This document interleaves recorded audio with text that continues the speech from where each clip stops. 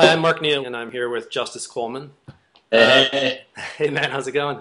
I'm doing great. Justice spent a number of years in the inner city of Los Angeles as the youth and associate pastor of the Lighthouse Church, as well as being the next-gen director for the greater Los Angeles district of Four Square Churches.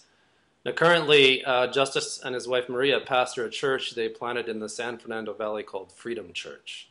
Yes. Welcome, Justice. Thank you. This month, we want to take a look at this idea of a church planting movement, but we want to kind of look at it in terms of what Bob Roberts calls a Jesus movement and why this has to be the way we look at it in order for it to succeed. So I'm wondering if you could talk a little bit about the concept that it's not about church planting, but it's about a Jesus movement. Yeah, I think that the fundamental difference, Mark, would be discipleship.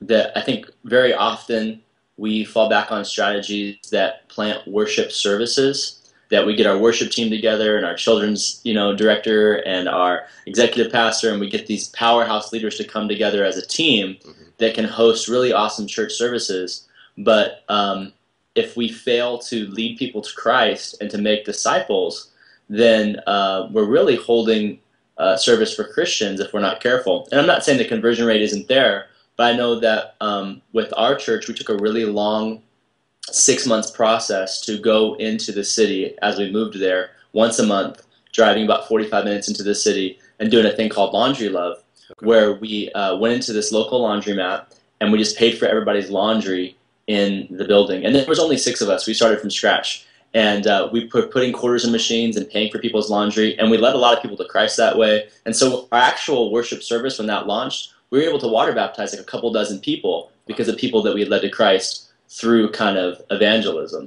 So those discipleship groups, where we had like 3 or 4 different groups before the church started, really kind of helped set a DNA of discipleship as a movement rather than maybe just a celebration worship service. Now, can you speak a little bit to the whole collaborative side of things, the sense of working with and learning from others, and why that's so important to this concept of a Jesus movement?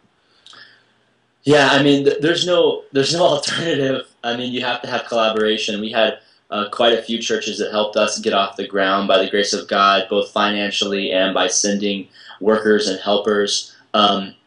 This Laundry Love effort that I'm so proud of, eventually we had 2 or 3 of them going in these laundromats at the same time.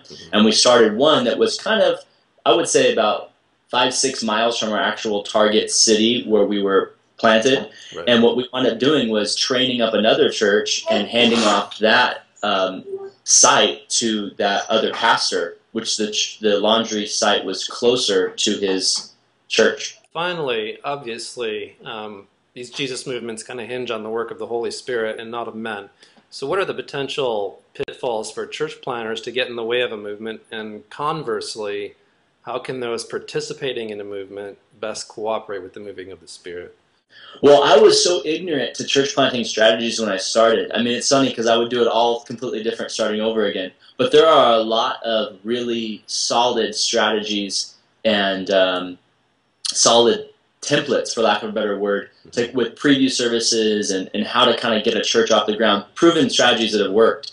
And I think those things are great, and I would probably fall harder on those things now doing it over again.